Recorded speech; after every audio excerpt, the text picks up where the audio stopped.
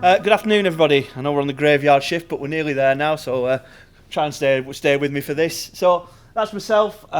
My role, I'm the regional manager for electric vehicles for the north of England. That means I cover Birmingham to the top of Scotland, Northern Ireland, and the Isle of Man. How that's the north of England, I'm not sure. My role is very much a sort of an advisory role. I spend a lot of time in with councils, people like the Energy Savings Trust, particularly up in Scotland, where we go in and talk about our products and try and explain to people how they can integrate vehicles into their fleet. Glad to say that Liverpool have got some of our Kangoos. They're running them as pest control vans, and all the feedback from them has been phenomenal. In fact, so much so that they've now recommended them to Sefton Council, who've just bought some literally last week, to now convert to the same sort of van. Why are we here? Why Renault? Well, since about 2012, with Nissan as well, we started bringing electric vehicles into the country. And since then, we've had some very, very clear goals. We want to help the climate by reducing greenhouse gases. We want to try and preserve resources by using them properly and reusing them as well. And we want to help reduce polluting emissions. Quite simple. Our vision is the electric vehicle rolled out on a large scale. So whilst the Teslas and everything are phenomenal, and the Jags, they're great cars, they're not the car for everybody. They're not the car of the people, because not everyone's got neck end of £100,000 to spend on a car. So we are a lot more down towards the cheaper end of the market. We've got the widest range of ZE models of anybody on the market. We've got 4 more electrified models coming by 2022. By 2021, all of our LCV products, our light commercial vehicles, will be available in an electrified form. And on top of that, as I say, we're constantly in the top 2 best-selling cars in Europe with our Zoe. The new Zoe's just been launched, and when you see that next year, it is absolutely phenomenal. Our Kangoo van last year achieved 41% of all European small electric van sales. That was more than double our nearest competitor.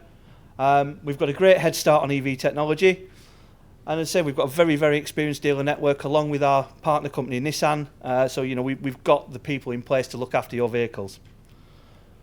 So why is there so much focus? A lot of this has been talked about this morning, so I will try and keep this brief, but I want to put a bit of meat on the bones for you. Health. 40 million Britons live in areas where the level of pollution is illegal. Just think about that. 40 million people live in an area where the air that they are breathing in is carcinogenic. 36,000 people. That's the average number of people that die every year because of poor air quality. £42 million spent last year by the NHS because of poor air quality. Where's it going? You may remember last year we were warned by the UN that we've got 12 years to avert a climate catastrophe. We've got to change things before 2030. If we carry on as we're going today, by 2050, 1 million species of plants and animals will be extinct, and 1 billion people will have been displaced by climate change. It's a hell of a lot of people. We're currently using 1.7 years worth of resources every year.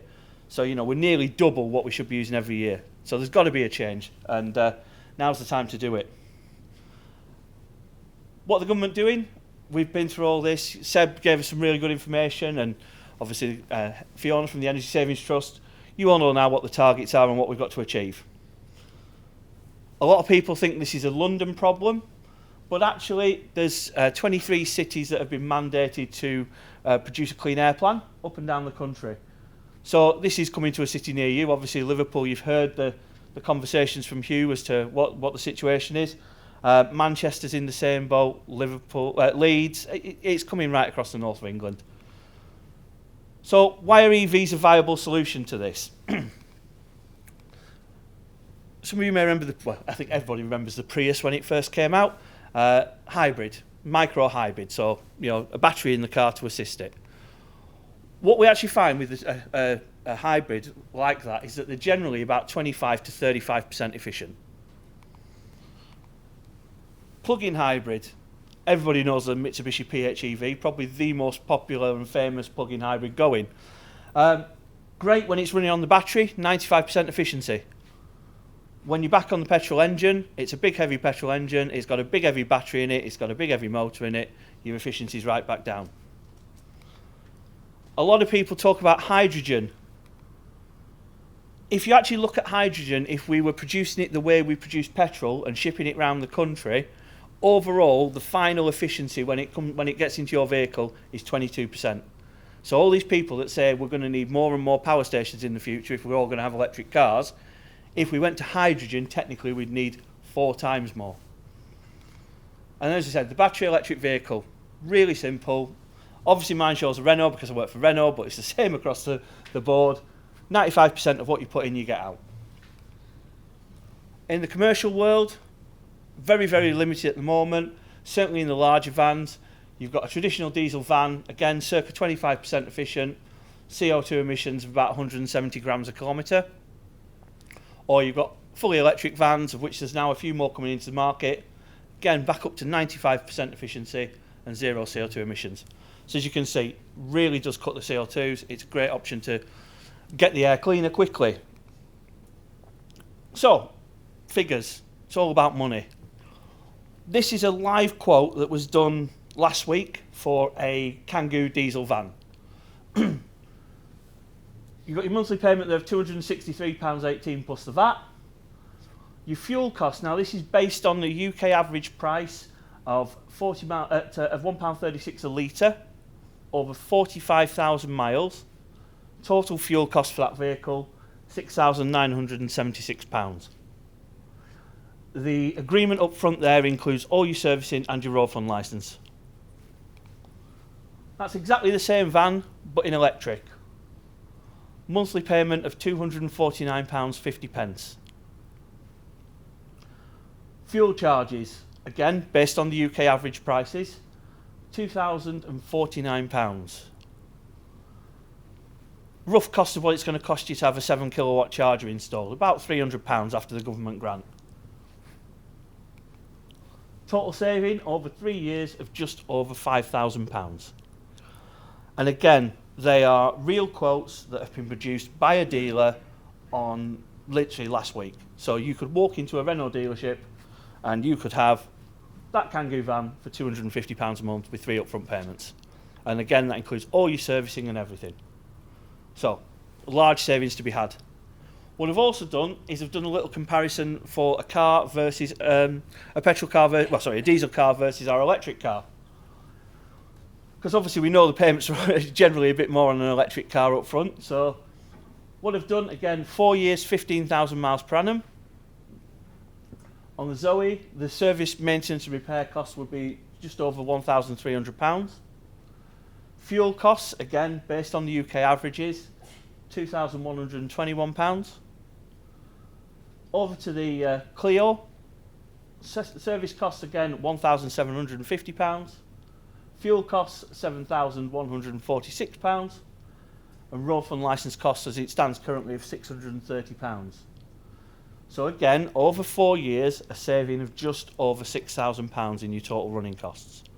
So that equates to £126.48 per month.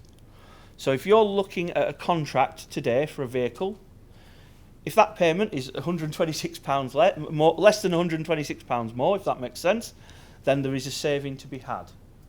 So if you're paying £300 today for your petrol or diesel car, and someone asks you to pay £400 for the same car in electric, technically there's a saving still to be had every month. One other thing just to make you aware of, we've been tracking this quite a lot recently, is the residual values of electric vehicles. And again, this is same across every manufacturer. Whilst this is our data, there's a similar picture across the board. As you can see, over the last 15 months there, we've had an increase in residual value of £4,750 on a car. So a car that we'd have given you £9,500 for in part exchange back in April 18, in June 19 would be £14,300. So there's a massive uplift there in the rear end value of the vehicles, purely and simply because more people are seeing more confidence in the battery packs. We foresee our battery pack lasting at least 15 years in a vehicle, at least.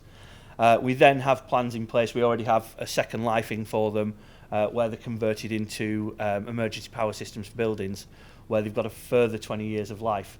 So as I said, the battery is becoming more and more trustworthy. So overall, no CO2 or NOx emissions while driving. Less maintenance, so less downtime for your business. Green image, it's positive PR. If you see the Liverpool vans, you'll see that they're all sign written up with I'm electric, nice big flowers, everything. It's a good image to have. As I've just shown you, significantly lower running costs. And overall, they're a much nicer, quieter place to be. They're automatic. If you've driven one today, you'll notice how you don't have to shout to the passenger to talk. You really don't notice that when you're in a diesel, but as I say, in an electric, it is really quiet, and the automatics are really easy to drive. Again, the feedback we've had from Liverpool with regards to their Kangoos, from the guys who are driving them, is that they are absolutely phenomenal for around the city, really easy to drive. They're not even charging them every day.